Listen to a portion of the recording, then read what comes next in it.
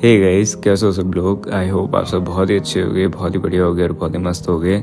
सो आज बात करने वाले हैं विनलैंड सागा एनिमे के बारे में। ये सीज़न 1 का रिव्यू है, ये स्पॉइलर फ्री रिव्यू है, आप बिना किसी टेंशन के इसे सुन सकते हो। सो विनलैंड सागा की जो सेकंड सीज़न है उसकी बहुत ज़्यादा हाइप हो रही है एंड हाइप होनी भी सही है।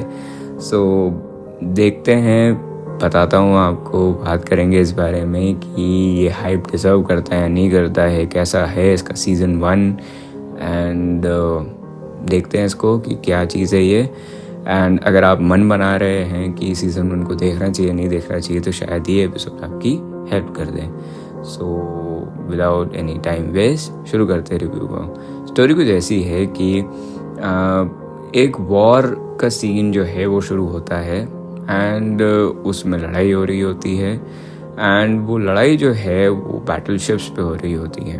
एंड लड़ाई करते करते जो एक कैरेक्टर है वो वहाँ से डाइव लगा लेते हैं समुंदर के अंदर। सो वो डाइव करते हैं एंड बहुत सारे लोग शॉक भी हो जाते हैं। सो यहाँ से जो है वो स्टोरी में टर्निंग पॉइंट्स आते हैं ना। वो कौन से कैरेक्टर है जिन्होंने डाइव लगाई, वो वॉर क्या थी एंड जितना भी जो भी और है कंटेक्स्ट इस पूरे पर्टिकुलर सीन को लेके आगे स्टोरी में क्या होगा ये आपको एनिमे में देखना पड़ेगा। सो विनलैंड सागा जो है वो मैंने बहुत ही ज़ीरो एक्सपेक्टेशंस के साथ में देखना शुरू करा था एंड मैंने बिल्कुल भी कुछ भी अच्छा एक्सपेक्ट नहीं करा था, पर मुझे बस यही पता था कि मुझे कुछ देखना था। तो बेसिकली मैं विनलैंड सागा को शुरू कर दिया था, पर इसका जो स्क्रीन प्ले है वो काफ़ी अच्छा लगा मुझे। There was something different about the screenplay. Vinland Saga एक काफ़ी डार्क शो है, बहुत डार्क और डिप्रेसिंग शो है एंड उसके बावजूद भी इसकी जो पेसिंग और स्क्रीन प्ले है ये आपको कहीं पे भी मैं बोल सकता हूँ कि लॉस्ट या फिर एक ड्रामा वाली ज़्यादा वाइब नहीं देता है। ठीक है, ड्रामा जो है वो बहुत पर अच्छे से भी एक्सप्लोर करा गया है इसके अंदर। देखो, जब आप एक ऐसी चीज़ को बताते हैं जिसमें बहुत ज़्यादा ड्रामा हो, बहुत ज़्यादा डार्क हो एंड एक ऐसी स्टोरी है जो कि सच में उस हद तक डार्क हो जहाँ पे आपको उस कहानी को कंटिन्यू करते हुए भी एकदम से थोड़ा सा बुरा सा लगने लग जाए। सो इस लेवल का डार्क जो है वो अपने आप ही एक तरीके की ड्रामा की वाइब को क्रिएट कर देता है। हालांकि बहुत सारे डिफरेंट तरीके होते हैं एक ड्रामा को रिप्रेजेंट करने के, जैसे कि डार्क टोनिंग, उसके बाद में dark lights, dark colours and story telling को थोड़ा सा धीरे कर दिया जाता है, डायरेक्शन थोड़ा सा एक धीरे कर दिया जाता है, जो कि सारी चीज़ें ही सपोर्ट करती हैं उस चीज़ को। पर अगर मैं यहाँ बात करूँ तो मैं उस हिसाब से बता सकता हूँ कि जो उन्होंने एडाप्टेशन करी है मांगा से, जैसे कि चैप्टर वाइज अगर मैं बोलूँ कि उन्होंने एक एपिसोड में ज़्यादा नंबर ऑफ चैप्टर्स को लिया है एंड उनको एनिमेट करके वहाँ पे रिप्रेजेंट करा है, ये मेरी इस पे एक टेक रहेगी। एंड उसके बाद में अगर देखा जाए तो स्क्रीन प्ले मेरे को काफ़ी बढ़िया लगा। स्क्रीन प्ले ऐसा था कि फर्स्ट एपिसोड से ही मे बी फर्स्ट एपिसोड आपके लिए वो हो सकता है या आपके लिए वो सेकंड एपिसोड हो सकता है, जो फर्स्ट सेकंड एपिसोड से ही जो है वो स्टोरी आपको ग्रिप करने लग जाएगी। एंड स्टोरी जो है वो काइंड ऑफ ऐसी है कि आप अपने आप जो है वो इसके अंदर इंटरेस्ट बनाने लग जाओगे, बिकॉज स्टोरी जो है वो एक कम्प्लेक्स पाथ को फॉलो करती है एंड वो कम्प्लेक्सिटीज़ जो हैं वो ऑफकोर्स एक एनिमे है, एक शो है, तो जैसे जैसे शो आगे बढ़ेगा वैसे वैसे जो है वो कम्प्लेक्सिटीज़ बढ़ती जाएगी। एंड विनलैंड सागा सिर्फ और सिर्फ इन कम्प्लेक्सिटीज़ के ऊपर ही नहीं खेलता है। विनलैंड सागा जो है वो बहुत ज़्यादा एक मैं बोल सकता हूँ कि रियलिटी को भी टच करता है। नाउ रियलिटी बहुत तरीके की हो सकती है एंड वो आपको एनिमे में देखना पड़ेगा, एक्सपीरियंस करना पड़ेगा कि किस तरीके की रियलिटी को ये टच करता है। सो विनलैंड सागा की जो एक और अप्रोच है वो ये है कि विनलैंड सागा की जो स्टोरी लाइन है वो, जैसा कि मैंने बोला आपको, रियलिटी, तो जिस तरीके से उन्होंने उस प्लॉट को या उस एस्पेक्ट को एक्सप्लोर करा है वो देखने में काफ़ी अच्छा लगता है एंड वो देखने में काफ़ी अलग लगता है।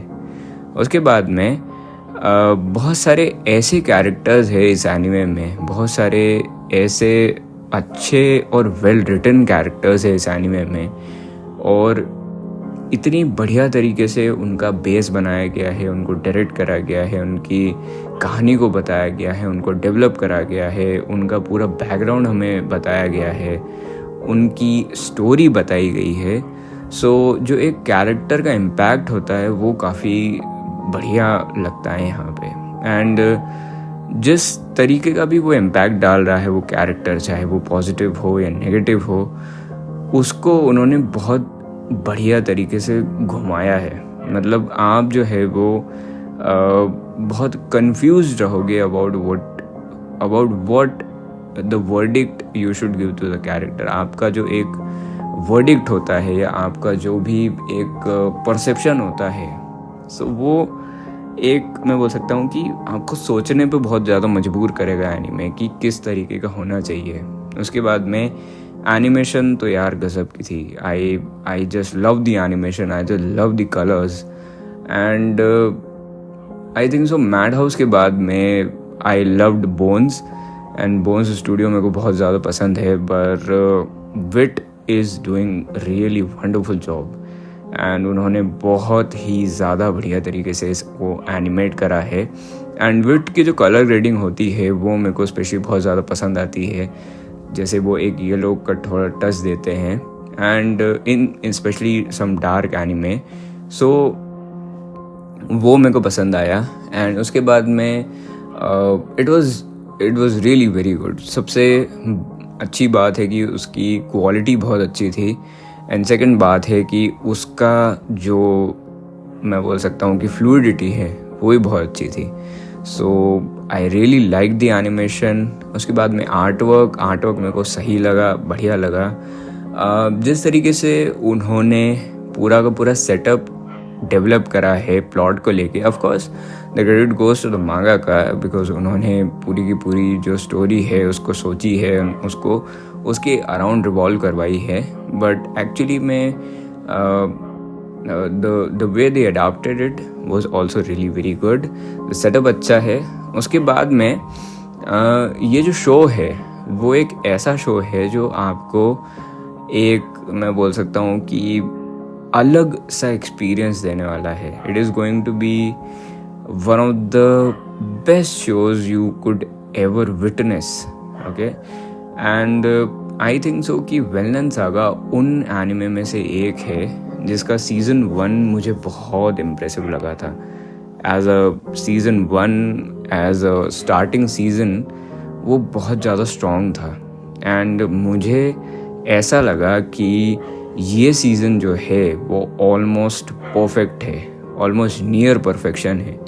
इसके अंदर कोई भी ऐसी गलती नहीं थी या कोई भी ऐसी मिस्टेक नहीं थी जो कि मुझे मिली। एंड कोई भी पर्सपेक्टिव हो, चाहे वो हाँ, इससे मेरे को एक और याद आया कि एक और जो इसमें चीज़ अच्छी थी वो थी इसकी फाइटिंग कोरियोग्राफी। बहुत ही अलग तरीके की फाइटिंग कोरियोग्राफी इसके अंदर यूज़ करी गई है, and fighting is like one of the best aspect of this anime, क्योंकि जैसे वो कैरेक्टर्स लड़ते हैं, जिस तरीके से वो कैरेक्टर्स लड़ रहे हैं, एंड जो स्ट्रैटेजीज़ हैं, एंड जो भी चीज़ें हैं जो कि उसमें बताई गई है वो बहुत सही है। उसके साथ में ही जैसा कि मैंने आपको कैरेक्टर डेवलपमेंट के बारे में बताया था, सो कैरेक्टर आर्क्स जो हैं वो काफ़ी सही लगे मुझे, एंड कैरेक्टर आर्क्स को उन्होंने बहुत बढ़िया तरीके से एक्सप्लेन करा है। एंड जो इस पूरे के पूरे विनलैंड सागा की जर्नी में एक बहुत ही प्रोमिनेंट चीज़ होने वाली है वो उन्होंने शुरू में ही डिस्क्राइब कर दी थी, पर ये ज़रूर एक बात है कि वो उसको आगे तक कैसे ले जाएंगे। एंड कहीं ना कहीं एक जो चीज़ मुझे लगती है वो ये लगती है कि कैरेक्टर्स को एक मतलब एक कमी के बारे में बता रहा हूँ यहाँ पे, ऐसे, हालांकि मुझे ज़्यादा कमी लगी नहीं थी, पर वो मेरी सोच के हिसाब से कमी है, शायद आपके हिसाब से वो एक कमी नहीं होगी। कुछ एक कैरेक्टर्स जो थे उनको एक लाइटर शेड देने की कोशिश करी गई है, पर उन्होंने बहुत ही भयंकर जो है वो बुरे काम किए हैं as per the anime and मांगा। सो वहाँ पे उनको एक शेड देना, उसको टर्न अराउंड करने की कोशिश करना, ये मुझे थोड़ा सा समझ नहीं आया था। अब इसका एक और रीज़न हो सकता है कि विनलैंड सागा के आगे भी सीजन्स आएंगे, उसमें भी वो चीज़ें बताएंगे, उसमें भी वो एक एस्पेक्ट ऑफ और टर्न जो है वो अपना जो पॉइंट है वो एक्सप्लेन करेंगे। सो इसीलिए मैंने इसको एज अ मिस्टेक नहीं माना, एंड इसलिए मैंने मेरे पर्सपेक्टिव से आपको बताया। पर आपके पर्सपेक्टिव से, आप जिस तरीके से शो को देखते हैं, एंजॉय करते हैं, आपके लिए अलग हो सकता है, ठीक है। सो आगे बढ़ते हैं। उसके बाद में इज़ द एंटेगनिस्ट, या बोल सकता हूँ मैं कि द नेगेटिव्स। सो वो मुझे काफ़ी अच्छे लगे, एंड उसी चीज़ से मुझे थोड़ी सी दिक्कत हुई थी, जैसा कि मैंने आपको ये थोड़ी देर पहले एक्सप्लेन करा, द नेगेटिव पॉजिटिव शेड्स। सो उससे ही मेरे को थोड़ी सी दिक्कत हुई थी, बट इट्स ओके। अपना अपना एक, हर एनिमे का अपना स्टोरी टेलिंग का तरीका होता है, it's good. So dramatic direction, मैं आपको बोलूँगा कि ड्रामेटिक डायरेक्शन है इसमें, पर बहुत ज़्यादा नहीं है। देखो, या तो एक शो बहुत ज़्यादा ड्रामा वाला हो सकता है, सो उसमें ड्रामेटिक डायरेक्शन जो है वो थोड़ा सा पीछे हट जाता है, क्योंकि आप अगर एक ऐसा शो देख रहे हैं जिसमें अंदर ड्रामा है, मतलब it is going to take lots and lots of time to develop. And जब वो डेवलप्ड स्टोरी में एकदम से जो है वो एकदम से आपको एक टर्न मिलेगा या ट्विस्ट मिलेगा, बिकॉज आपको इतनी लंबे समय के लिए उन्होंने कैप्टिवेट करके रखा है, आपको उसमें इंटरेस्टेड रखा है उस चीज़ में। सो जब आप इंटरेस्टेड होंगे एंड उसका रिवलेशन होगा, सो ये ड्रामा का मोस्टली यूजुअली ड्रामा का तरीका होता है एक स्टोरी को बताने का। सो और ड्रामेटिक डायरेक्शन कैसी होती है? ड्रामेटिक डायरेक्शन में आप एकदम मैं बोल सकता हूँ कि as of the seat experience रहता है।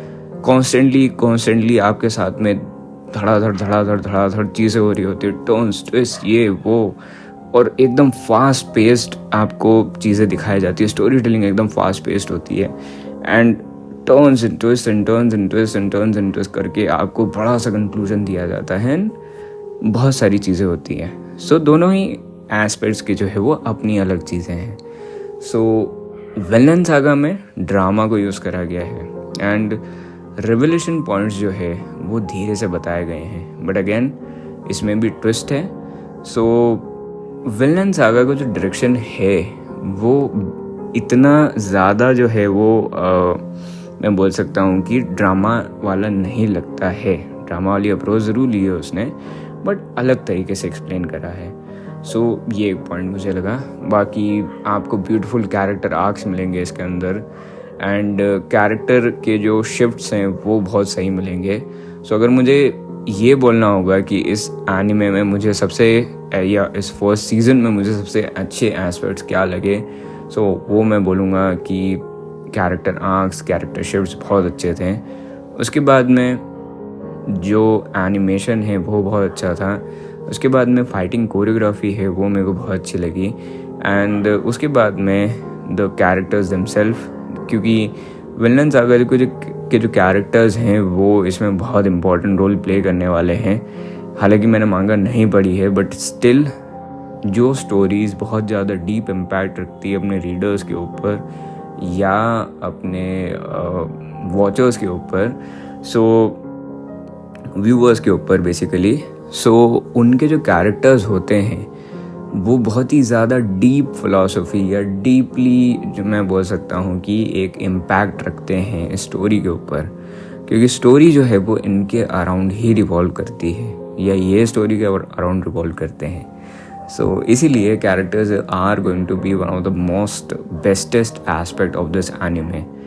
उसके बाद में अगर मैं बोलूँ कि क्या मेरे लिए होगा कैरेक्टर्स के अलावा, तो कैरेक्टर आर्क्स बहुत अच्छे होंगे, कैरेक्टर्स खुद बहुत अच्छे होंगे। एंड एक और mention for the main character की जो जर्नी है उसको एक्सप्लेन ज़रूर अच्छे से करा गया है ना, उसको एक्सप्लोर बहुत अच्छे से करा गया है।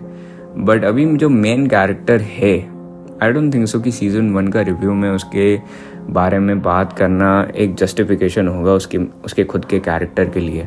सो आगे जब अगर मैं मांगा का रिव्यू करूँगा या फिर मैं अगले सीजन्स का जो भी आएंगे, सीज़न 2 आएगा एंड उसके आगे अगर सीजन्स कंटिन्यू होंगे, सो उनमें बात करना is going to be more preferable for me as a मतलब जो भी मैं हूँ रिव्यू पर, जैसा भी बोल सकते हैं। सो मेरे लिए आई डोंट थिंक सो कि सीज़न 1 में मेन कैरेक्टर के लिए डिस्कस करना एक मतलब पॉसिबल तो है, ऑफ कोर्स पॉसिबल है, बट मैं करना नहीं चाहता उसको। मैं बाद में उसको डिस्कस करना चाहता हूँ, बिकॉज बाद में ही मेन कैरेक्टर को डिस्कस करने का मज़ा आएगा and it is going to be really fun. So आप इससे समझ सकते हैं कि मेन कैरेक्टर का डेवलपमेंट कैसा होगा। एंड उसके बाद में बैकग्राउंड म्यूज़िक अच्छा है। The story is really very dark, तो अगर आपको डार्क चीज़ें देखना पसंद नहीं है, खून खराबा देखना पसंद नहीं है, एंड खून खराबा इस पर नेक्स्ट लेवल पे है, सो नहीं पसंद है तो आपके लिए शायद ये नहीं है। ओके, आप ड्रामा पसंद करते हैं तो definitely this one is for you. Drama पसंद करते हो, डार्क स्टोरी पसंद करते हो, definitely go for it. And अगर एक कैटेगरी जो मैंने बताई थी कॉन्स्टेंटली ड्रामेटिक डायरेक्शन वाली चीज़ें आपको पसंद है, सो आपके लिए एक 50-50 चांसेस है कि आपको पसंद आएगा। तो आप जो है वो एक ट्राई ज़रूर दे सकते हो, but it is going to be really a 50-50 for you. शायद आपको पसंद आए, शायद आपको नहीं पसंद आए, एंड नहीं कहना चाहूँगा मैं इस बारे में। और उसके बाद में बस यार इतना ही। आई थिंक सो कि मैंने ऑलमोस्ट सारी चीज़ों के बारे में बात कर ली। बैकग्राउंड म्यूज़िक अच्छा था, जैसे शो को डिजर्व चाहिए था वो वैसे ही था। एंड पर्टिकुलरली सीन की जो बिल्डिंग है उस बारे में मैं बस थोड़ा सा बता देता हूँ एंड फिर इस रिव्यू को ख़त्म कर दूँगा। सो सीन के जो बिल्डअप्स हैं वो मेरे को काफ़ी इंप्रेसिव लगे इसके अंदर, and that's why romantic direction ना होने के बावजूद भी वो इतने इम्पैक्टफुल लग रहे थे। बिकॉज सीन का जो डेवलपमेंट है वो सीन शुरू होने से पहले बहुत पहले शुरू हो जाता है। अगर आप एक पर्टिकुलर सीन के बारे में सोच रहे हैं या डिस्कस कर रहे हैं, बहुत प्रोमिनेंट एग्जांपल है जैसे वन पीस में वानो का हुआ। सो अगर आप किसी भी एक छोटा सा एग्जांपल देता हूँ आपको कि आप किसी के बारे में आप उनकी बहुत ज़्यादा तारीफ़ें सुन रहे हैं, ये शो से रिलेटेड नहीं है बट शायद आपको एक्सप्लेन हो जाए सिचुएशन।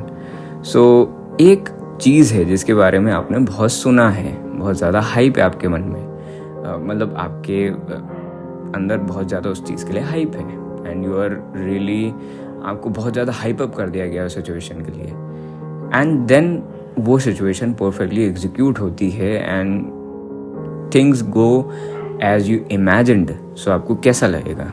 उस तरीके का डायरेक्शन या उस तरीके का सीन बिल्डिंग इसके अंदर है। सो आई थिंक सो कि मैंने ऑलमोस्ट सारी चीज़ों के बारे में बात कर ली है, एंड ये 18-19 मिनट का रिव्यू हो गया है।